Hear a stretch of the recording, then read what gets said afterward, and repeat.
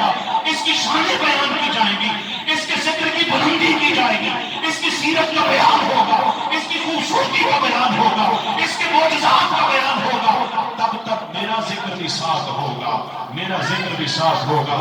حضرت ام ایمن فرماتی ہیں میں نے حضور کو دیکھا، آقا کی چشمان مقدس سے آنسو رواں ہیں۔ حضور کبھی اپنی امی جان کے ہاتھ چومتے ہیں، کبھی ماتھا چومتے ہیں، کبھی پاؤں کو سیدھا کرتے ہیں، کبھی دادا کے پاس جاتے ہیں، دادا جان میری امی اٹھتی کیوں نہیں ہے؟ ام ایمن دیکھے نا میری امی بات کیوں نہیں کرتی؟ لیکن وہ سمجھ چکے تھے کہ ان کی روح ان کے جسم سے نکل چکی ہے۔ وہ مقامی لوگ جو سیدہ آمنہ کی قبر کھود رہے تھے، آپ کبھی ان کو پکڑتے ہیں، کبھی قبر میں اتر جاتے ہیں، میری اماں کو مٹی کے حوالے کیوں کر رہے ہو؟ آقا علیہ الصلوۃ والسلام کے سامنے آپ کی امی جان کی تجہیز و تکفین ہوئی۔ سیدہ ام ایمن فرماتی ہیں میں نے جب حضور کو اٹھایا مکہ کے لیے روانہ ہوئے، حضور میرا ہاتھ توڑا کے اپنی امی جان کی قبر انور کے پاس تشریف لے جاتے۔ میں نے حضور کو اٹھایا، آقا علیہ السلام کو گود میں بٹھایا، میرے آقا کریم چادر ہٹا کے پیچھے مڑ کے دیکھتے تھے، فرماتے تھے ام ایمن میری امی کو یہاں تنہا کیوں چھوڑ کے جا رہے ہیں؟ سورج غروب ہو چکا ہے، مکہ کا راستہ تاریک ہو چکا ہے، میری امی جان کو یہاں کیوں چھوڑ کے جا رہی ہیں؟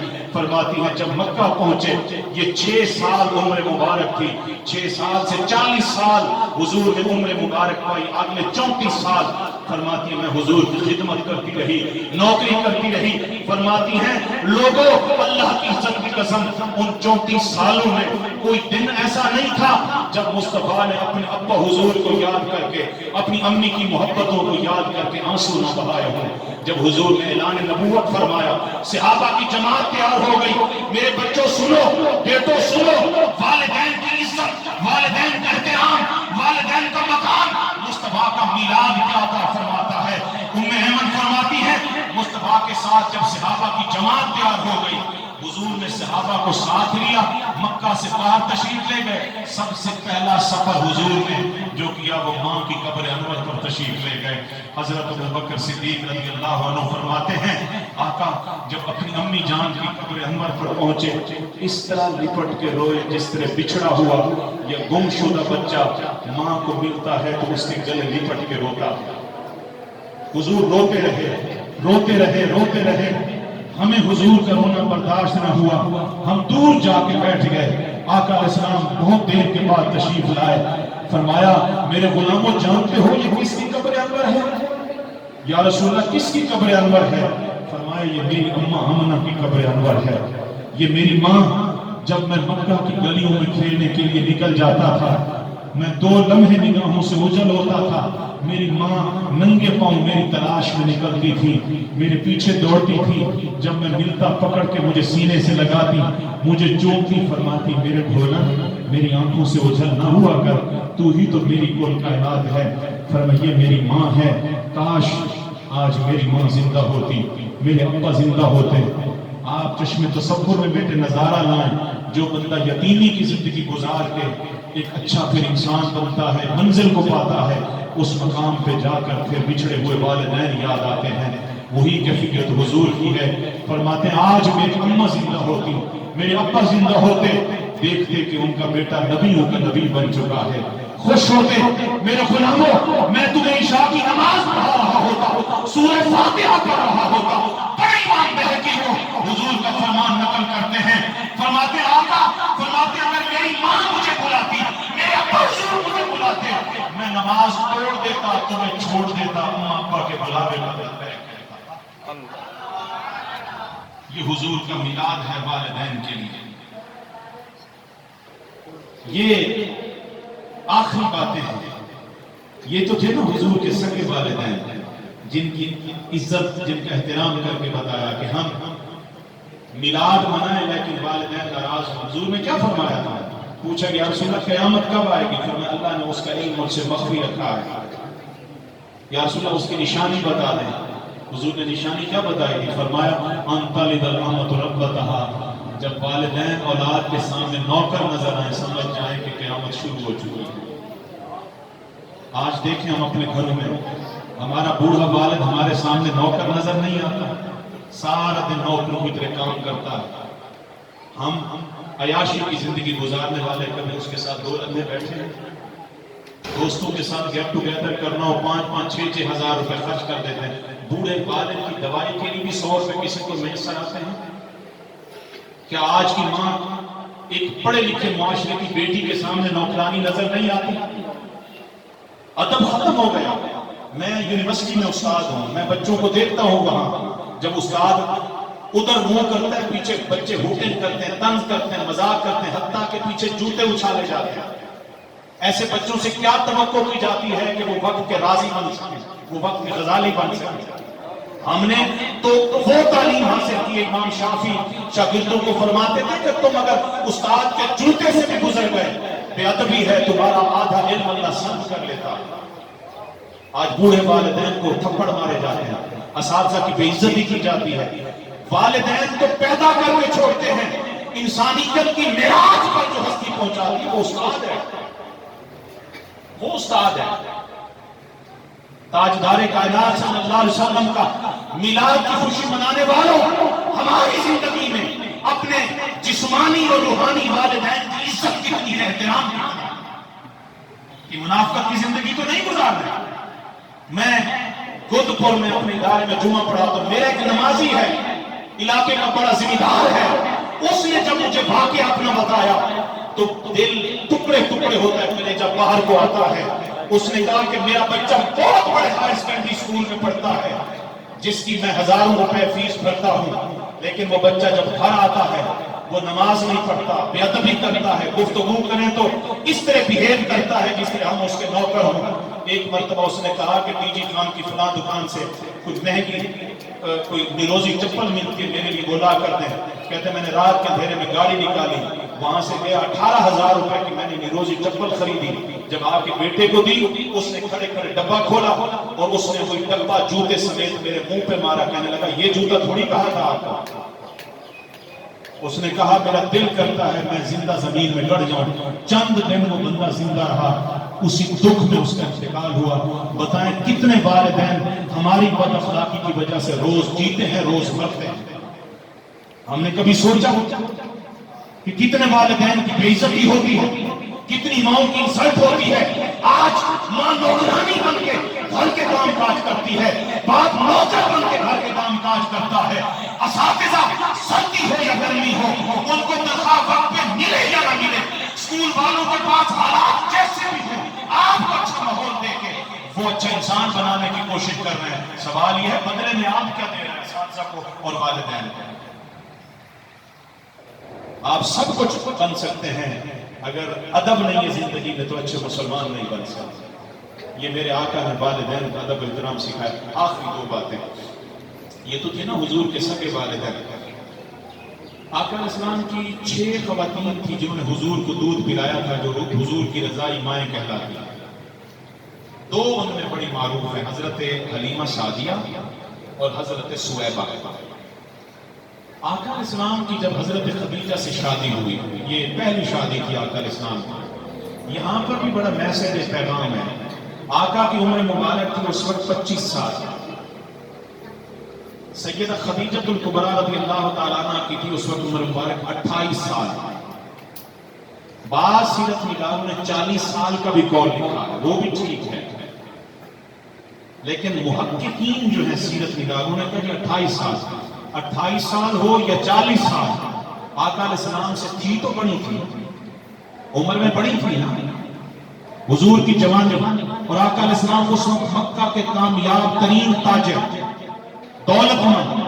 یہ جو آپ بعض خطیبوں سے سنتے ہیں کہ حضور کے پاس تو پیسہ نہیں تھا، مال نہیں تھا، حضور بڑے غریب تھے، حضرت حلیمہ سعدیہ لینے کے لیے آئیں تو وہ غریب سمجھ کے لے گئے، یہ سب حضور کی توہین کے قصے ہیں. آقا علیہ السلام جس طرح نسب کے اعتبار سے پوری کائنات میں افضل والا، اسی طرح حضور اپنے زمانے کے اتنے بڑے مالدار تھے، مکہ کے سردار سیٹھ مال میں حضور کا مقابلہ نہیں کر سکتے. آج بھی بے حیثیت مولوی کو کوئی حیثیت نہیں دیتا، مجھ جیسے بندوں کو کوئی بات نہیں سنتا. جس مولوی کی حیثیت ہو اسی کی بات کو تھوڑی سی سنی جاتی ہے. آپ کیا اندازہ لگاتے ہیں پتھروں سے جن لوگوں کے سخت دل ہوئے، وہ لوگ جو اپنے علاوہ کسی کو انسان نہیں سمجھتے تھے، وہ حضور کی دعوت کو کیسے قبول کر رہے ہیں؟ کون آ رہا ہے؟ ابو بکر صدیق حضور کا کلمہ پڑھ کے آ رہا ہے جو مکہ کا رئیس ہے. عمر فاروق آ رہا ہے جو مکہ کے بڑے خاندان بڑے سیٹھ کا بیٹا ہے. عثمان غنی آ رہا ہے جس کی دولت آج تک مکہ والے مدینہ والے استفادہ کر کے لے رہے ہیں. وہ آ رہے ہیں حضور کی خدمت میں. تو کیا حضور کو غریب سمجھ کے آ رہے تھے؟ نہیں، آقا کو مالدار سمجھ کے آ رہے تھے. حضور تاجدار کائنات صلی اللہ علیہ وسلم غریب نہیں تھے. تو آقا علیہ السلام مکہ کے بڑے تاجر تھے. تو نوجوانوں کے لیے کیا اسوا؟ آقا علیہ السلام نوجوان کی کیا خواہش ہوتی ہے؟ کیسی لڑکی ہو، خوبصورت ہو، خوبصیرت ہو، مالدار ہو، جو اوصاف آج دیکھے جاتے ہیں، پڑھی لکھی ہو، اچھے خاندان سے ہو، عمر میں کم ہو. لیکن آقا علیہ السلام نے اس کو الٹ کر کے دکھایا. چونکہ سیدہ خدیجہ بیوہ تھی، پہلی شادی بیوہ کے ساتھ کر کے بتائی کہ بیوہ جس کی طرف کوئی التفات نہیں کرتا، نفرت کرتا ہے، کوئی توجہ نہیں کرتا، ان بیواؤں سے شادی کرنا جوانی کی عمر میں فرمایا مصطفیٰ کی سنت. حضور کی اس سنت کو بھی نوجوان اپنا سکتے ہیں. وہ اما حلیمہ، آقا علیہ السلام کی جب سیدہ خدیجہ سے شادی ہو گئی، اما حلیمہ آئی حضور کے پاس. حضور اپنے گھر میں تشریف فرما تھے. اچانک حضور کھڑے ہو گئے. سیدہ خدیجہ عرض کرتی حضور کوئی دربان بھی نہیں آیا بلانے کے لیے، کوئی آیا بھی نہیں آپ کو بلانے کے لیے، آپ کھڑے ہو گئے. فرمایا خدیجہ مجھے وہ خوشبو محسوس ہو رہی ہے جو اما حلیمہ کی گود میں دودھ پیتے ہوئے محسوس ہوتی ہے، لگتا ہے میری اما آ گئی. حضور گھر سے باہر نکلے، دیکھا حضرت حلیمہ باہر کھڑی ہیں. آقا نے ہاتھ پکڑے، بوسہ دیا، گھر میں لے آئے. 8 دن حضور کے پاس نہیں. حضور نے خوب خدمت تواضع. 8ویں دن کہنے لگی بیٹے پوچھو گے نہیں کہ میں کیوں آئی ہوں؟ امی جان حکم فرمائیں. بیٹے جب تو تھا وہاں پہ تو کائنات کی ساری نعمتوں کا رخ میری طرف تھا. جب سے تو آیا ہے دوبارہ غربت نے آن لیا ہے مجھے. میں آئی ہوں کہ بجائے کسی اور کے پاس ہاتھ پھیلانے کے بیٹے کے پاس جاؤں. یہ سن کر حضور رونے لگ گئے. حضور کی چشمان مقدس سے آنسو رواں ہو گئے. فرمایا امی جان میں اپنے معاملات میں، گھریلو معاملات میں، کاروباری معاملات میں اس طرح مصروف ہوا ہوں کہ میں پوچھ نہیں سکا کہ میری امی کیسے ہیں. خدیجہ گھر میں کیا کچھ ہے؟ حضور 40 بکری اور 8 اونٹ ہیں.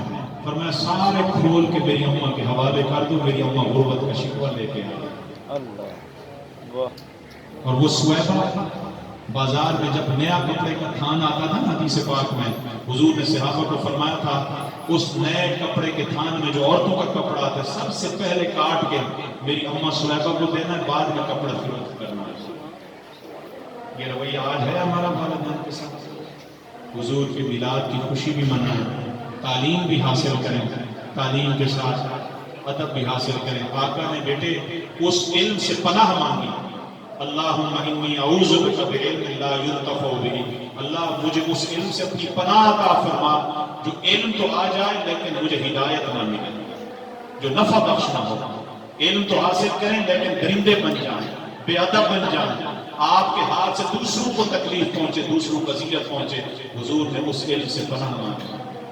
آپ جس فیلڈ میں جائیں، مستقبل میں ڈاکٹر بنیں، انجینئر بنیں، اچھے لائر بنیں، اچھے بینکار بنیں، پائلٹ بنیں، کسی بھی پاکستان کے ادارے میں جائیں، آپ جس منصب پہ بیٹھے ہوں آپ حضور کے ایسے عاشق امتی بنیں، آپ کے چہرے پر نگاہ پڑے تو کہیں یہ حضور کا امتی بیٹھا ہے، یہ حضور کا غلام بیٹھا ہے. اس طرح بنیں. میں آپ کو یہ نہیں کہتا کہ سب کو چھوڑ چھاڑ کے آپ جنگلوں میں نکل جائیں، یہ کریں وہ کریں. جس فیلڈ میں جانا چاہتے ہیں انسانیت کی خدمت کے لیے جائیں، لیکن جاتے ہوئے یہ نہ بھولیں کہ آپ کی گردن میں مصطفیٰ کی غلامی کرنا. تو آپ یہ تہیا کریں. آج کا دن یہ یوم عہد بھی ہے. عہد کریں حضور کے میلاد کے موسم کی خوشی میں کہ آپ بڑوں کا ادب کریں گے، اپنے مشن میں کامیابی حاصل کریں گے، اپنی جوانی کی حفاظت کریں گے، بری مجلسوں سے بچیں گے. یہ جو موبائل بھی ہے نا، جو بھی اس کائنات میں اللہ نے نعمت چیز عطا فرمائی ہے اس کا نیگیٹو پازیٹو دونوں استعمال ہے. وہ آپ پہ ہے، آپ اس کو کتنا اچھا سمجھتے ہیں، کتنا برا سمجھتے ہیں. کتنے نوجوان ہیں جو جیلوں کی سلاخوں کے پیچھے اس لیے ہیں کہ وہ موبائل غلط استعمال کرتے ہیں. جرائم پیشہ لوگوں سے بچیں، اچھے لوگوں کی صحبتوں میں رہیں، سنگتوں میں رہیں، اپنی زندگیوں کی حفاظت کریں، اپنا تعلق گھر والوں کے ساتھ، ادارے والوں کے ساتھ. آپ جب جب بھی باہر کو برا کام کریں گے، ایک تو آپ کا خاندان بدنام ہوگا، اور سب سے بڑھ کر آپ کے اساتذہ اور آپ کا ادارہ بدنام ہوگا کہ یہ تربیت ان لوگوں کی۔ تو آپ ان کی عزتوں کے امیر ہیں۔ یہ جو لوگ بیٹھے ہوئے ہیں ان کی عزتیں آپ کے کاندھوں پر، آپ چلتا پھرتا اشتہار ہیں ان لوگوں کو۔ آپ بال اچھے ہوں گے، آپ کی تعریف بھی ہوگی، ان کی تعریف بھی ہوگی۔ آپ جو اچھے کام کریں گے ان کے لیے آپ صدقہ جاری اور اصال ثواب کا سبب بنیں گے، اپنے والدین کے لیے بنیں گے۔ یہ پھولوں کی سیج نہیں ہے، یہ کانٹوں کی سیج ہے۔ یہاں پہ اپنے آپ کو اس قدر پوچھا گیا نا فاروق اعظم سے، حضور تقویٰ کیا ہے؟ فرمایا دنیا سے اس طرح گزرنا جس طرح خاردار جھاڑیوں سے بندہ اپنا دامن سمیٹ کے گزرتا ہے۔ پتہ نہیں کس موڑ پہ کوئی بھیڑیا بیٹھا ہے جو آپ کو چکنے کے لیے، آپ کی جوانیاں برباد کرنے کے لیے بیٹھا ہے۔ اللہ آپ کی عزتوں میں اضافہ فرمائے، آپ کو علم نافع کی خیرات عطا فرمائے، آپ کی دنیا کے تمام امتحانات میں کامیابی عطا فرمائے، آپ کے اساتذہ کا سایہ، روحانی سایہ، جسمانی سایہ آپ کے سروں پر اللہ قائم رکھے۔ اس ادارے کو اللہ قیامت تک آباد و شاد رکھے۔ نیا پروجیکٹ ملک صاحب شروع کر رہے ہیں ساتھ ہی مسجد و مدرسے کی صورت میں، اللہ اس میں کامیابی عطا فرمائے، آپ کے گھروں کو آباد و شاد رکھے، آپ کی نگاہوں کی حفاظت فرمائے، آپ کی جوانیوں کی حفاظت فرمائے۔ اللہ اس ادارے میں جتنی پڑھنے والی ہماری عفت ماں بہنیں بیٹیاں ہیں سب کی چادروں کی حفاظت فرمائے، عزتوں کی حفاظت فرمائے، سب کو سیدہ کونین سیدہ کائنات بی بی فاطمہ الزہرا کی چادر تطہیر کا سایہ عطا فرمائے۔ ہر دو عالم میں تمہیں مقصود کر آرام ہے، ان کا دامن تھام لو جن کا محمد نام ہے۔